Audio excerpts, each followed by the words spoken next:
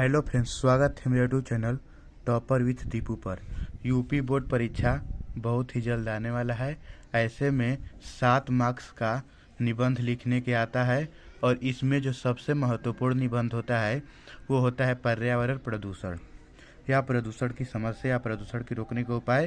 अगर कुछ पर भी आएगा तो आपको यही लिखना है। सबसे पहले फ्रेंड्स आप लिखेंगे रूपरेखा। रूपरेखा में आपको लिखना है प्रस्तावना, प्रदूषण के प्रकार, प्रदूषण के कारण, चौथा प्रदूषण से नुकसान, पांचवा में उपसंहार यानी प्रदूषण को रोकने का उपाय। इतना हो जाने के बाद फ्रेंड्स आपको प्रस्तावना में क्या लिखना है, अच्छे से देखिए। प्रस्तावना में जब वातावरण में कुछ हानिकारक तत्व आ जाते हैं तो वातावरण दूषित हो जाता है, जिससे जीवधारियों का जीवन संकट में पड़ जाता है। इस समस्या को पर्यावरण प्रदूषण कहते हैं। जनसंख्या वृद्धि के कारण पर्यावरण प्रदूषण की समस्या दिन प्रतिदिन बढ़ती जा रही है। लोग अपनी जरूरतों को पूरा करने के लिए पर्यावरण पर ही हस्तक्षेप कर रहे हैं, जिससे ये समस्या उत्पन्न हो रही है। पर्यावरण प्रदूषण दिन प्रतिदिन वैज्ञानिक प्रगति की वजह से भी बढ़ रहा है, क्योंकि वैज्ञानिक यंत्र एवं रसायन ज़्यादातर पर्यावरण को दूषित करता है। यानी वैज्ञानिक जो हमारे हैं बहुत सारे एक्सपेरिमेंट करते हैं जिससे कि हमारा पर्यावरण दूषित होता है। इसका प्रमुख कारण वे भी है कि वैज्ञानिक जो है दिन प्रतिदिन, आप एक बार और अच्छे से देख लीजिए फ्रेंड्स। ऊपर से आपको ऐसे ही हेडिंग डाल के लिखना है, जैसे इसमें लिखा हुआ है ऐसे ही आपको सेम लिखना है। इसके बाद यहाँ ये हो गया।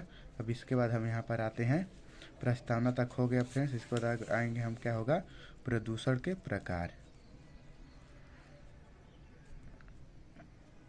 प्रदूषण के प्रकार। पर्यावरण प्रदूषण के कुछ मुख्य प्रकार इस प्रकार हैं: वायु प्रदूषण, जल प्रदूषण, ध्वनि प्रदूषण। वायु प्रदूषण कब होता है फ्रेंड्स? जब प्रदूषण वायु द्वारा होता है तो उसे वायु प्रदूषण कहते हैं।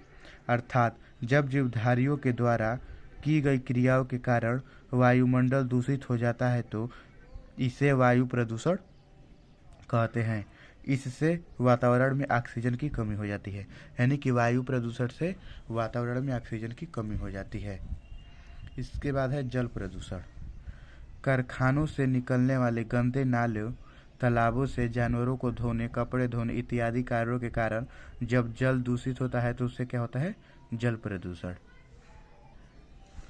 इससे जल लोगों के लिए हानिकारक हो जाता है, इससे हम जल प्रदूषण कहते हैं। अगला फ्रेंड्स हमारा ध्वनि प्रदूषण।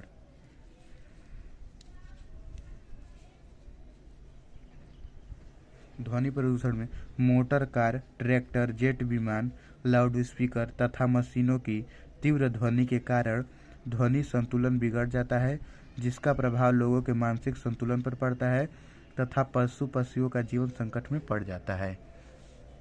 ध्वनि प्रदूषण के बाद फ्रेंड्स हमारा आएगा प्रदूषण के कारण, यानी प्रदूषण किस कारण से फैलता है यानी होता है। प्रदूषण के कारण में लिखेंगे फ्रेंड्स, पर्यावरण प्रदूषण के कई कारण हैं।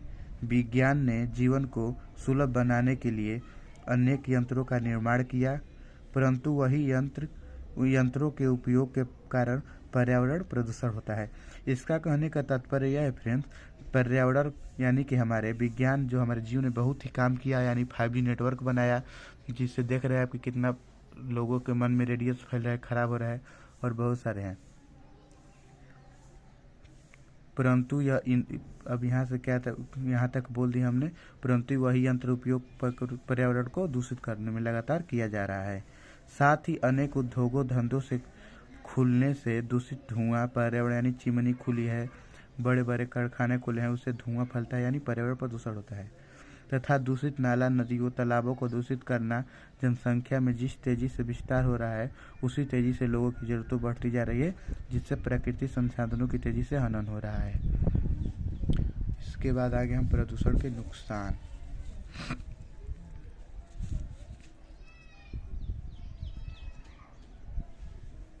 प्रदूषण के नुकसान।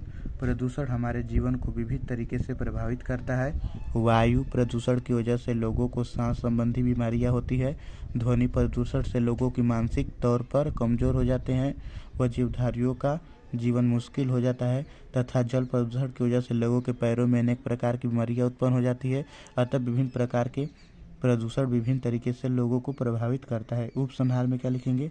इस समस्या को कम करने के लिए हम सबको अधिक से अधिक वृक्षारोपण करना चाहिए, जिससे कि वायु शुद्ध हो। वायु अगर हम वृक्षारोपण करेंगे तो ऑक्सीजन ज़्यादा होगा, तो कार्बन डाइऑक्साइड की मात्रा कम होगी, तो अच्छा होगा, हमारे वायु प्रदूषण रुक सकता है। जल प्रदूषण को रोकने के लिए हमें कारखानों, घरों का दूषित नाला नदी या तालाब में नहीं मिलाना चाहिए। साथ ही मृत जीव अथवा शवों को जल में नहीं प्रवाहित यानी फेंकना चाहिए। ध्वनि को रोकने के लिए हमें लाउड स्पीकरों तथा अन्य स्पीकरों का प्रयोग नहीं करना चाहिए। अतः इस समस्या को खत्म करने के लिए हम सभी को सामूहिक प्रयत्न करना होगा, यानी हम सबको सामूहिक रूप से जुटना होगा। फ्रेंड्स, अगर वीडियो थोड़ा सा भी आपको अच्छा लगा होगा तो लाइक, सब्सक्राइब, कमेंट कर दें।